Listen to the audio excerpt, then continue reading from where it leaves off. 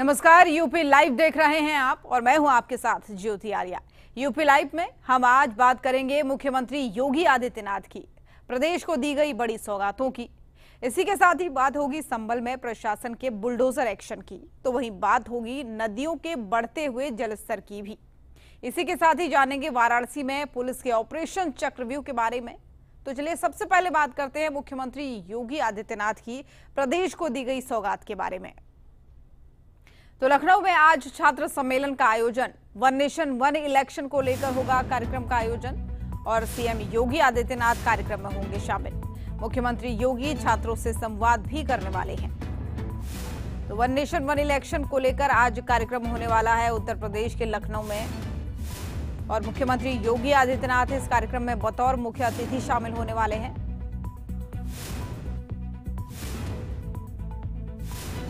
तो मुख्य अतिथि के तौर पर मुख्यमंत्री योगी आदित्यनाथ शामिल होंगे वन नेशन वन इलेक्शन को लेकर ये जो कार्यक्रम हो रहा है इसमें।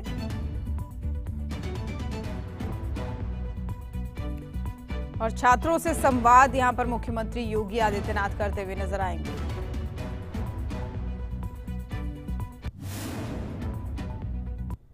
और चलिए आगे बढ़ते हुए एक और बड़ी खबर। शनिवार को यूपी T20 लीग के तीसरा सीजन संपन्न हो गया है। लखनऊ के इकाना स्टेडियम में खेला गया फाइनल मुकाबला।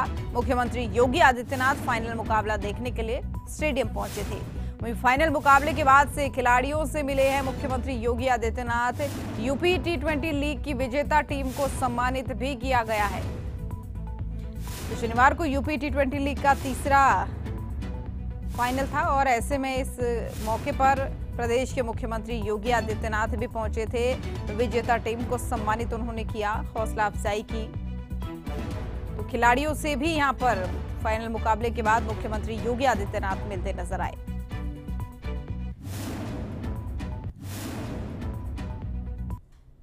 और शनिवार को लखनऊ में प्रदेश के मुख्यमंत्री योगी आदित्यनाथ ने परिवहन विभाग को नई ऊर्जा देने का काम किया। मुख्यमंत्री योगी ने परिवहन से जुड़ी कई सेवाओं का उद्घाटन और शिलान्यास किया, जिसमें मोबाइल एप्लीकेशन भी शामिल हैं। वहीं सीएम योगी ने जहां नई बसों को हरी झंडी दिखाकर रवाना किया, तो वहीं नेट जीरो एमिशन लक्ष्य को पूरा करने को लेकर उन्होंने क्या रोड मैप बनाया है और क्या क्या कदम उठाए हैं, पूरी खबर इस रिपोर्ट में देखिए।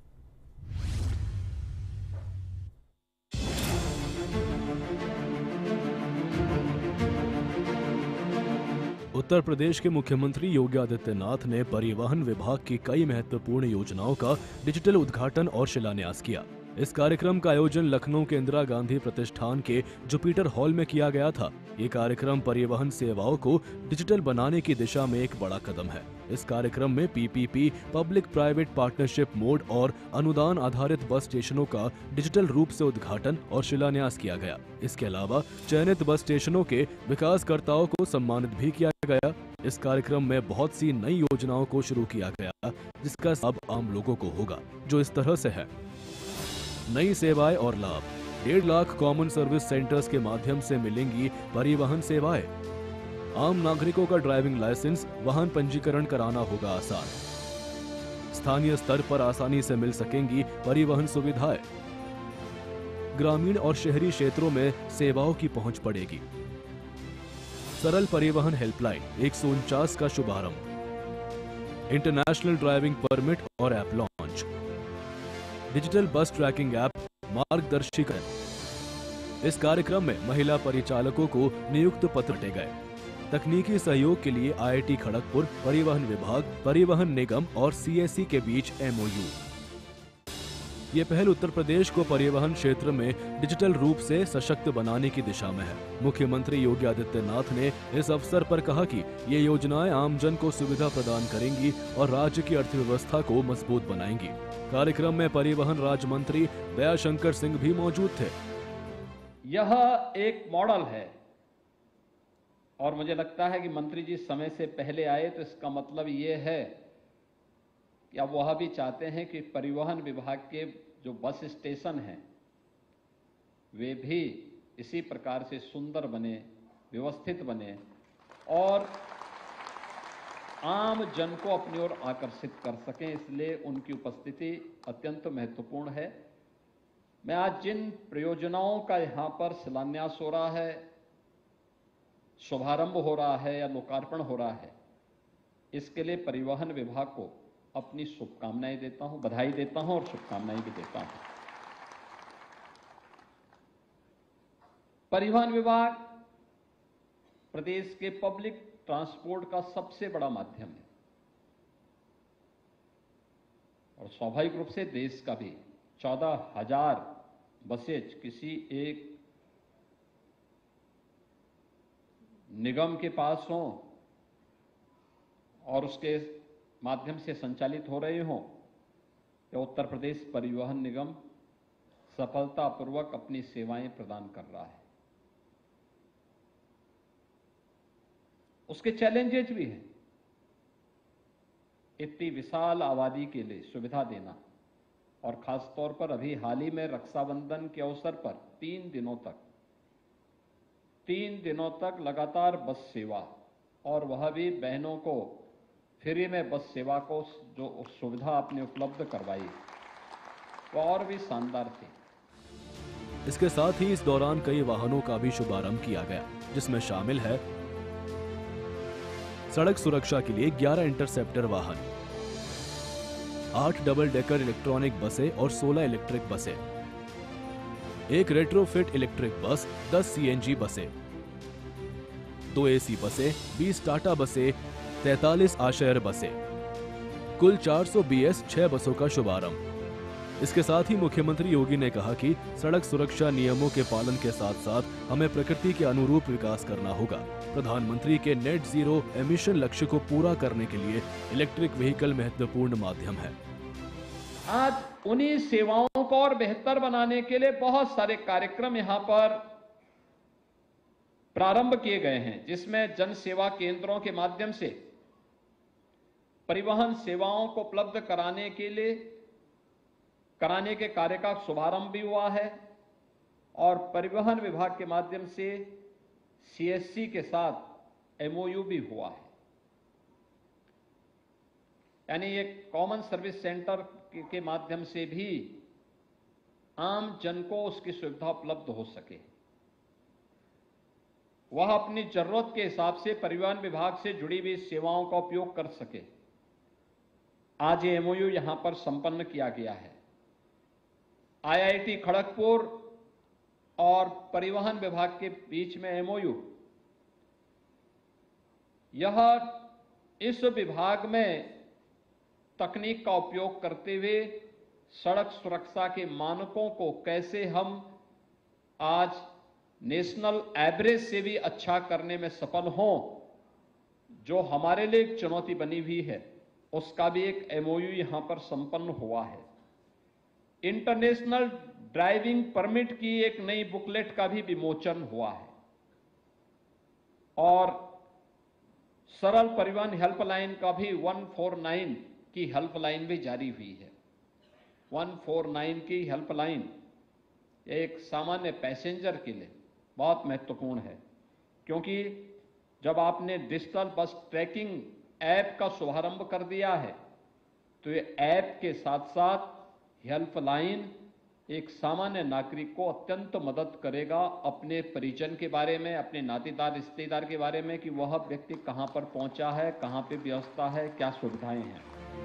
बता दें कि उत्तर प्रदेश सरकार परिवहन के साथ साथ आम लोगों के लिए सहूलियत कहे जाने वाले CSC केंद्रों को भी विकसित कर रही है, जहां पर आप सिर्फ बिजली के बिल और ट्रेन टिकट ही नहीं बल्कि परिवहन निगम की सेवाओं के साथ साथ DL बनवाने और परिवहन की अन्य सुविधाओं का भी उपभोग कर सकेंगे। ब्यूरो रिपोर्ट, सूर्य समाचार।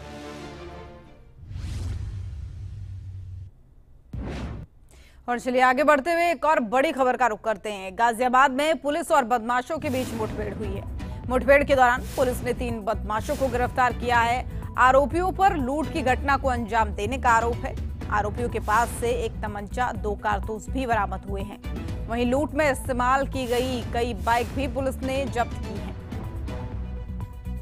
तो आरोपियों पर लूट की घटना को अंजाम देने के बाद से उन पर शिकंजा कसा गया है। आरोपियों के पास से कई हथियार भी बरामद हुए हैं और लूट में इस्तेमाल की गई बाइक को भी पुलिस ने जब्त कर लिया है।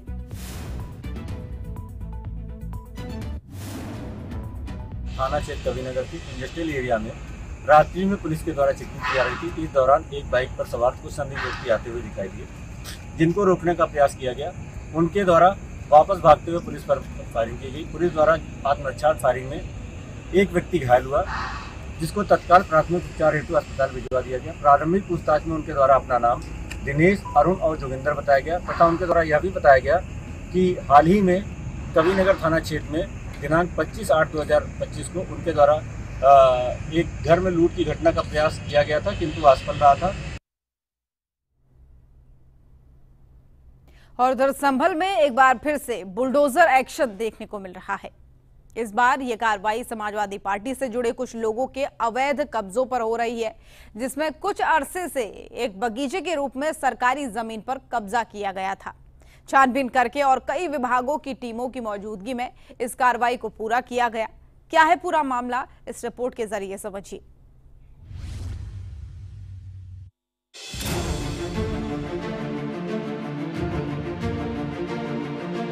संभल में एक बार फिर बुलडोजर एक्शन देखा जा रहा है। इस बार ये एक्शन किसी बाजार में नहीं बल्कि सरकारी जमीन पर बने एक बगीचे में देखा। संभल तहसील के मंडल गांव में एक क्षेत्रीय निरीक्षण के दौरान ये पाया गया कि कुछ व्यक्तियों ने एक उपवन के भीतर सरकारी भूमि पर अवैध रूप से कब्जा कर लिया था।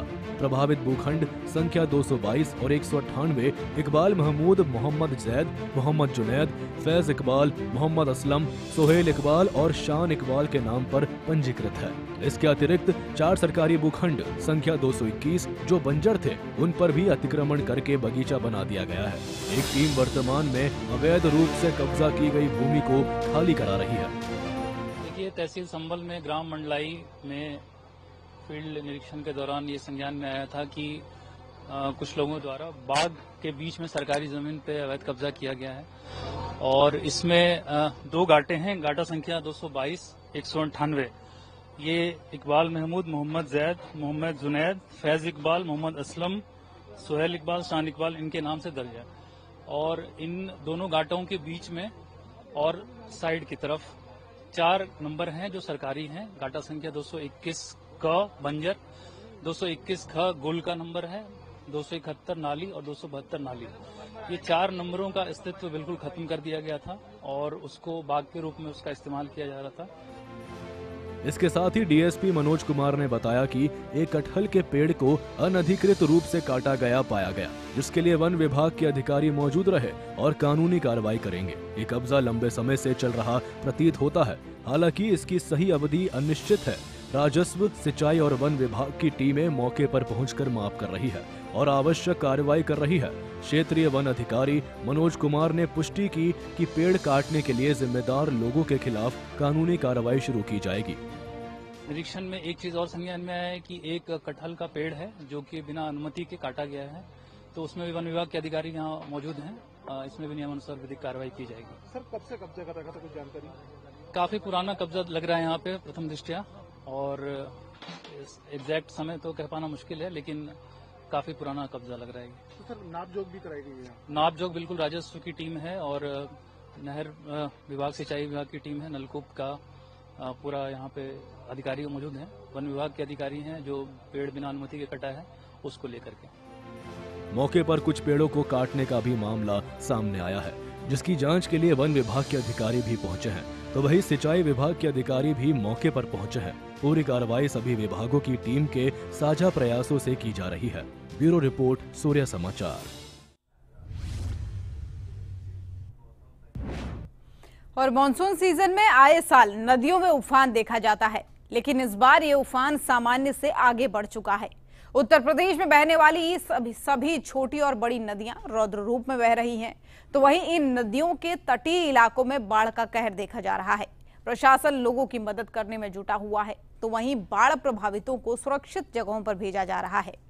जलजले के इस दौर के बीच कहां कैसे हैं हालात, इस रिपोर्ट में देखिए।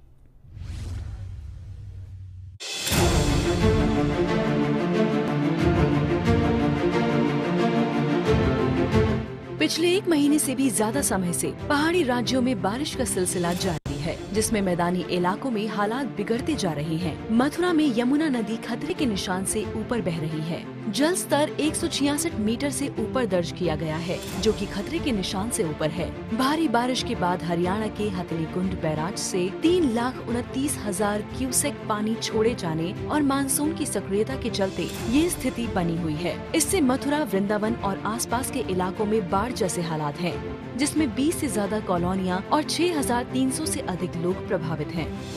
देखिए, वर्तमान में यमुना जी का जो जलस्तर है प्रयाग घाट पर 166.71 सेंटीमीटर है, जो खतरे के निशान से 71 सेंटीमीटर ऊपर बह रही हैं और अभी शाम तक पीक आएगा, क्योंकि पलवल में यमुना जी का जलस्तर स्थिर हो चुका है। जो पानी है वो अब मथुरा की तरफ आ रहा है और शाम तक एकदम अपने पीक पर होगा। वृंदावन के निचले इलाके, मथुरा के विश्राम घाट आदि के निचले इलाकों में पानी भरा है, जयसिंहपुरा में पानी भरा है। इसके अलावा 16 गांव और हैं जिनके चारों तरफ पानी भरा है। 4 गांव ऐसे हैं जिनके जो टापू के रूप में बन गए हैं। हम लोगों ने स्टीमर्स की भी व्यवस्था की हुई है। 20 से अधिक हमारे शेल्टर होम हैं जहां लोगों को रुकाया गया है। तो वहीं उत्तर प्रदेश के आगरा में भी यमुना नदी का जलस्तर तेजी से बढ़ रहा है, जिससे कई इलाकों में बाढ़ जैसे हालात पैदा हो गए हैं। लगातार बारिश और ऊपरी क्षेत्रों जैसे मथुरा, हरियाणा से पानी छोड़े जाने के कारण यमुना ने रौद्र रूप धारण कर लिया है। जल स्तर खतरे के निशान के करीब पहुंच गया है। यमुना का बढ़ता हुआ पानी दुनिया के 7 अजूबों में शुमार ताजमहल की बाउंड्री तक पहुँच चुका है, जिससे पर्यटन प्रभावित हो रहा है, जबकि बटेश्वर जैसे धार्मिक स्थलों पर भी जल स्तर का प्रभाव देखा जा रहा है। आगरा, मथुरा समेत आसपास के जिलों में हाई अलर्ट जारी है। यमुना का जलस्तर तो इस समय कम से कम शायद 40 साल के दौरान पहली बार इतना हुआ है और बहुत लोगों को दिक्कत हो रही है इससे। खासकर यहाँ जो अंत्येष्टि होती है उसमें लोगों को बहुत असुविधा हो रही है, लेकिन फिर भी प्रशासन की तरफ से बहुत एहतियात, बहुत सपोर्ट दी जा रही है। और यहाँ जो लोग रहते हैं, यहाँ जो वहाँ परमानेंट वर्कर रहते हैं, वो भी पब्लिक को बहुत कोऑपरेट कर रहे हैं और कोशिश कर रहे हैं कि असुविधा कम से कम हो। यमुना के साथ साथ मुरादाबाद में भी रामगंगा का जलस्तर बढ़ रहा है, जिससे बाढ़ जैसे गंभीर हालात पैदा हो गए हैं। कालागढ़ बैराज से 10,000 क्यूसेक पानी छोड़े जाने के कारण नदी उफान पर है और इसका असर जिले के ग्रामीण इलाकों में दिख रहा है। लगातार बारिश और ऊपरी क्षेत्रों से पानी के बहाव के कारण स्थिति चिंताजनक बनी हुई है। मुरादाबाद जिला प्रशासन ने हाई अलर्ट जारी किया है और बाढ़ चौकियां सक्रिय हैं। इस बाढ़ के चलते मुरादाबाद शहर और आसपास के ग्रामीण इलाकों में हालात खराब हैं। नदी किनारे के गांव जैसे बीनकपुर, जिकर कॉलोनी, चांदमारी और मुंडा पांडे क्षेत्र के दर्जन भर गांव जलमग्न हुए हैं। यहाँ पर लोगों की सांस मुट्ठी में है और आगामी दिनों को लेकर चिंता में है। यहाँ पे स्थिति तो बहुत खराब है जी। ये बाढ़ से जो हमारा तो मकान भी गिर गया है, ये सारा पीछे को, और कोई व्यवस्था नहीं है रहने की। और ये नाव लगी हुई है, इससे थोड़ा सा आना जाना कर रहा है। अब रहना कैसे हो रहा है? रहना का इधर उधर ही सामान रखा हुआ है, एक दूसरे के घर में, उसमें इधर दूसरे के भाई के में रख दिया है। सचेरा भाई बाहर रहता है, उसके मकान में रख रखा है तो फिलहाल में। तो कितने कमरे थे उसमें? पूरे मकान गिर गया? ये तो पूरा मकान गिर गया। 3 कमरे थे मैं बरामदे के। कैसे मतलब पानी बढ़ गया? बाढ़ से ये पानी बढ़ा तो कटान कर दिया उसने। बाढ़ की ये है, पानी बढ़ने से पीछे से तालाब था, उसकी सहारे से ढाया गिरने से मकान गिर गया। आपका मकान? हाँ जी। तो बहुत नुकसान हो गया? नुकसान तो सारा ही है, हम खुद परेशान है इस टाइम।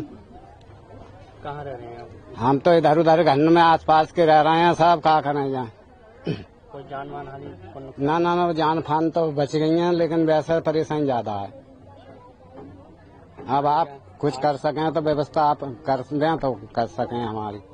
आने जाने में भी दिक्कत है? हाँ, जो नाव चला दी आपने तो मतलब बाइक से मतलब आने जाने कर रहे हैं सब। तस्वीरें संगम नगरी प्रयागराज की हैं। लगातार हो रही बारिश के कारण गंगा और यमुना नदियों का जलस्तर तेजी से बढ़ रहा है, जिससे भारी बाढ़ की स्थिति बनी हुई है। संगम नगरी में दोनों नदियां उफान पर हैं और खतरे के निशान को पार कर गई हैं। इससे तटीय इलाकों में जल भराव हो गया है और प्रशासन ने हाई अलर्ट जारी कर दिया है। गंगा और यमुना का संगम क्षेत्र पूरी तरह प्रभावित। किला घाट से झूंसी तक के इलाके जलमग्न हो गए हैं, जहां अब गंगा और यमुना की पहचान मुश्किल हो गई है। दारागंज शमशान घाट पूरी तरह डूब गया है। लेटे हनुमान जी मंदिर के गर्भगृह में पानी भर गया है, जो इस सीजन में 5वीं बार हुआ है। बड़े हनुमान मंदिर के कपाट बंद कर दिए गए हैं। स्थिति तो बहुत खराब है। इधर जो रोज दुकानें लगाते हैं उनका जीना हराम है एकदम। दुकानें लग नहीं रही है, बघाड़ा का हाल बेकार है। अभी तो जल स्तर का कल सुबह से फिर बढ़ने लगा है। हनुमान जी कल शाम को फिर स्नान कर लिए। जल स्तर इतनी तेज बढ़ रहा है कि आदमी जो है इसमें परेशान हो गया है। और ख़ास तौर से जो बघाड़ा का जितने भी मकान हैं बने हुए हैं वो तो 2 महीने से डूबे हुए हैं और आगे कटने नाम ही नहीं ले रहा है। ये कब तक चलेगा पता नहीं। हालात खराब है, खेतों में पानी भर गया है, फसलें, धान, सब्जियां नष्ट हो रही हैं, तो वहीं सड़कें और पुल प्रभावित हो रही हैं, जिससे कई जगहों का आपस में संपर्क टूट चुका है। इन कठिनाइयों में भी सरकार और प्रशासन मिलकर लोगों को राहत पहुंचाने के काम में जुटे हैं और बाढ़ प्रभावितों की हर संभव मदद करने में लगे हुए हैं। इसके साथ ही राहत शिविरों में भी लोगों को हर जरूरी चीज मुहैया कराई जा रही है, जिसमें राशन पानी के साथ साथ दवाइयों का भी इंतजाम किया जा रहा है, ताकि किसी तरह के संक्रमण से बचा जा सके। इसके साथ ही लोगों से एहतियात बरतने की भी अपील की जा रही है। ब्यूरो रिपोर्ट, सूर्या समाचार।